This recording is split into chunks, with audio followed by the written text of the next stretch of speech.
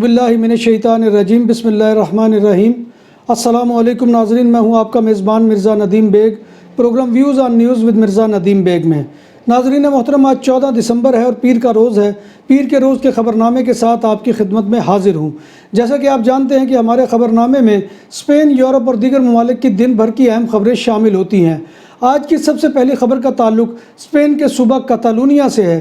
کتالونیہ میں طبی سہولیات کے اعتبار سے مریضوں کی دیکھ بھال فراہم کرنے کے لیے 2 نئے موبائل ICU یونٹ تشکیل دے دیے گئے، جو بڑے سہولت والے ہسپتالوں سے دور مریضوں کی مدد کے لیے ہوں گے۔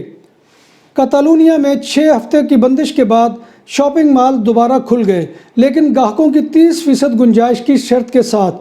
شاپنگ مالز میں قائم دکانوں نے ڈسکاؤنٹ آفر یعنی افیرتے کا بھی اعلان کر دیا ہے۔ اس ڈسکاؤنٹ آفر کا مقصد خریداری کے عمل کو فروغ دینا ہے۔ ڈسکاؤنٹ آفر 40 سے لے کر 50% تک ہے۔ کاتالان شہر تاراگونا میں نیشنل پولیس نے 4 نوجوان تارکین وطن کو حراست میں لے لیا، جنہوں نے ایک ویران اور بے آباد گودام پر قبضہ کر رکھا تھا۔ سٹی کونسل اگلے ہفتے اس گودام کو سماجی فلیٹوں میں منتقل کرنے کا منصوبہ بنا رہی ہے۔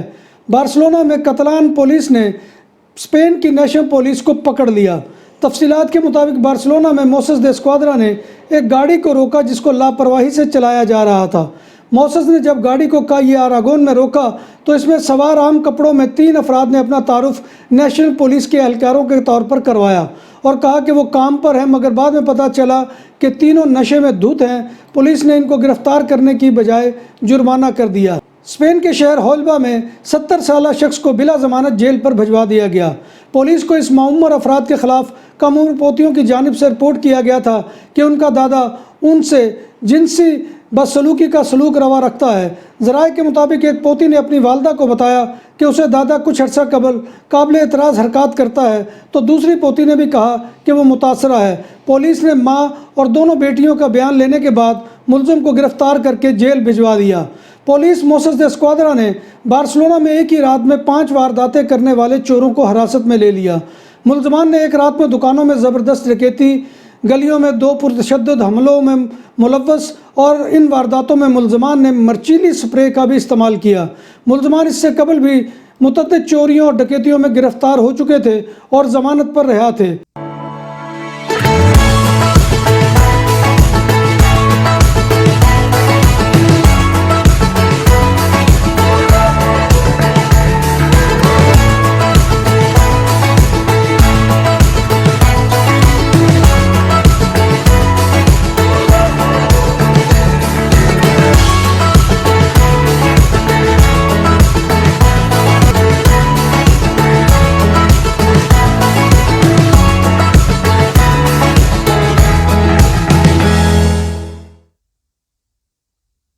بارسلونا سٹی کونسل میں جماعت جست پر کاتالونیہ نے شہر میں بے گھر افراد کے لیے مزید محفوظ بنانے کے لیے مزید رہائش گاہوں کا مطالبہ کیا ہے، جہاں ہوم لیس افراد کے لیے رہنے اور شاور کرنے کی سہولیات میسر ہوں۔ جست پر کاتالونیہ کا مطالبہ ایک ایسے وقت پر آیا ہے جب خطے میں سردی کی شدید لہر بڑھ رہی ہے۔ کاتالان شہر منریسا کے علاقے بیخاس میں گھر میں صفائی ستھرائی کے لیے پڑی اشیاء میں دھماکے کے نتیجے میں گھر میں موجود جوڑا شدید زخمی ہو گیا۔ یہ واقعہ سان کرسٹوفل کائے میں پیش آیا۔ فائر بریگیڈ نے پہنچ کر زخمیوں کو گھر سے باہر نکالا اور ایمبولینس کے ذریعے ہسپتال پہنچایا۔ جب فائر بریگیڈ کی ٹیم پہنچی تو گھر میں کوئی آگ تو نہیں تھی، مگر گھر میں موجود 2 افراد زخمی تھے۔ خاتون شدید زخمی ہے اور اس کے خاوند کو معمولی زخم آئے ہیں۔ جرمن کمپنی بائیو این ٹیک اور فائزر کی تیار کردہ ویکسین کی پہلی کھیپ مشیگن میں ایک فیکٹری سے اتوار کو روانہ کر دی گئی اور اس کے ساتھ ہی پورے امریکہ میں ویکسین کی تقسیم کا عمل شروع ہو گیا۔ کرونا وائرس سے دنیا میں سب سے زیادہ متاثرہ ملک میں کووڈ ویکسین فراہم کرنے کی یہ پہلی سب سے بڑی مہم ہے۔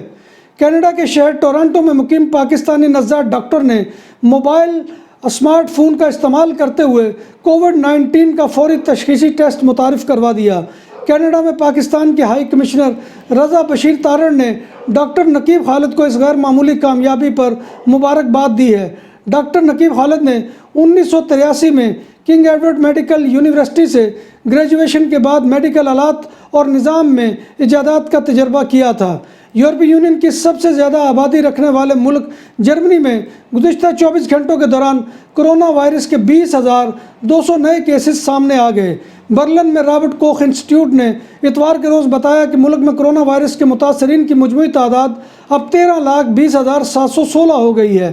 پچھلے 24 گھنٹوں کے دوران ملک میں کووڈ-19 کے باعث مزید 321 ہلاکتیں بھی ریکارڈ کی گئی۔ ان ہلاکتوں کے بعد جرمنی میں کرونا وائرس کی وبا کے باعث اموات کی مجموعی تعداد بھی اب 21,800 کے قریب پہنچ گئی ہے۔ عالمی نمبر 2 ٹینس سٹار رافا نادال کو گرانڈ کراس آف آرڈر سے نوازا گیا۔ یہ اسپین کا سب سے بڑا اعلیٰ سپورٹنگ ایوارڈ ہے۔ خیال رہے کہ نادال نے رواں برس کیریئر کا 13واں فرینچ اوپن ٹائٹل جیت کر روجر فیڈرر کا 20واں ٹائٹل جیتنے کا ریکارڈ برابر کیا ہے۔ اس دوران انہوں نے 1000 سنگلز مقابلے جیتنے کا سنگ میل بھی عبور کیا تھا۔ پاکستان قومی کرکٹ ٹیم کے کپتان بابر اعظم اپنے دائیں ہاتھ کا انگوٹھا فریکچر ہونے کی وجہ سے نیوزی لینڈ کے خلاف T20 انٹرنیشنل سیریز کے تینوں میچ نہیں کھیل سکیں گے۔ پاکستان کرکٹ بورڈ کی پریس ریلیز کے مطابق کوئنز لینڈ میں نیٹ سیشن میں تھرو ڈاؤن کے دوران ایک گیند بابر اعظم کے دائیں ہاتھ کے انگوٹھے پر لگی، جس کے بعد انہیں فوری طور پر ہسپتال لے جایا گیا۔ ہسپتال میں کرائے گئے ایکس رے میں تشخیص ہوئی ہے کہ بابر اعظم کے دائیں ہاتھ کا انگوٹھا فریکچر ہو گیا ہے۔ ناظرین محترم، یہ تھی آج کی خبریں جو میں آپ کی خدمت میں لے کر حاضر ہوا تھا۔ امید ہے کہ آپ کو ہمارا یہ خبرنامہ پسند آیا ہوگا۔ انشاءاللہ کل نئے خبرنامے میں نئی خبروں کے ساتھ آپ سے ملاقات ہوگی۔ دعا یہی ہے کہ اللہ تبارک و تعالی ہم سب کو ایمان اور صحت کی سلامتی کے ساتھ زندہ اور تابندہ رکھے، اور اللہ تبارک و تعالی جتنے بھی اس دنیا میں بیمار ہیں سب کو شفاء کاملہ عاجلہ عطا فرمائے، آمین ثم آمین۔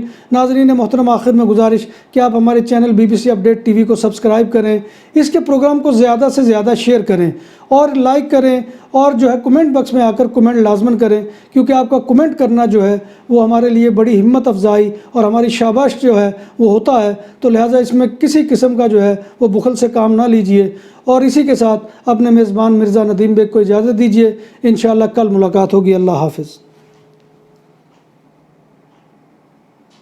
پاکستان سے ہمارے نوجوان بیزار کیوں؟ کیا پاکستان میں کیریئر بنانا مشکل ہے؟ کیا یورپ آج بھی ہمارے خوابوں کی جنت ہے؟ یورپ داخلے کے لیے غیر قانونی راستہ بہتر ہے یا بدتر؟ یورپ اور دنیا بھر کے امیگریشن قوانین آسان اور سہل ہیں یا مشکل؟ دیار غیر میں ڈالرز وہ بارش کی طرح برستے ہیں یا اس کے لیے شدید ترین مشقت کرنا پڑتی ہے؟ دیار غیر میں جاتے ہوئے غیر قانونی راستے میں مر جانے والوں کا ذمہ دار کون؟